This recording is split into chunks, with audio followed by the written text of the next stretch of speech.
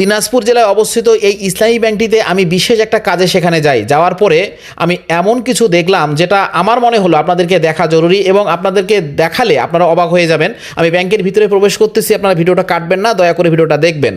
দেখেন ইসলামী ব্যাংকের যে তাদের পরিবেশগুলো এবং তাদের ভিতরে আমি ঢুকে অবাক হয়ে গেছি ভাইয়া। দেখেন সোবহান আল্লাহ সোবহান আল্লাহ সোবহান আল্লাহ। দেখেন ভাই, সকল কর্মচারী কর্মকর্তা বৃন্দরা দেখেন একই সারিতে সারিবদ্ধ হয়ে জোহরের নামাজ আদায় করতেছে জামাতের সাথে। আলহামদুলিল্লাহ।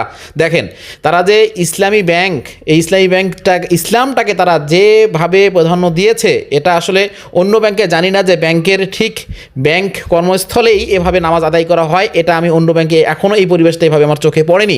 তবে ইসলামী ব্যাংকে যে তারা ইসলামী আইন তারা যে মানে, তারই একটা জলযন্ত্র প্রমাণ এই যে ইসলামী ব্যাংক। এই ব্যাংকে দেখেন এক কর্মকর্তা দেখেন কত দ্রুত আসতেছে জামাতের সাথে নামাজ পড়ার জন্য। তো দেখেন আসলে এই ভিডিওটা দেখার পর অবশ্যই কমেন্টে সুবহানাল্লাহ লিখতে ভুলবেন না। ভিডিওটা অবশ্যই শেয়ার করবেন, কারণ ইসলাম যে আসলে ইসলামী ব্যাংকগুলো কতটুকু প্রাধান্য দেয় তার একটা জলযন্ত্র প্রমাণ।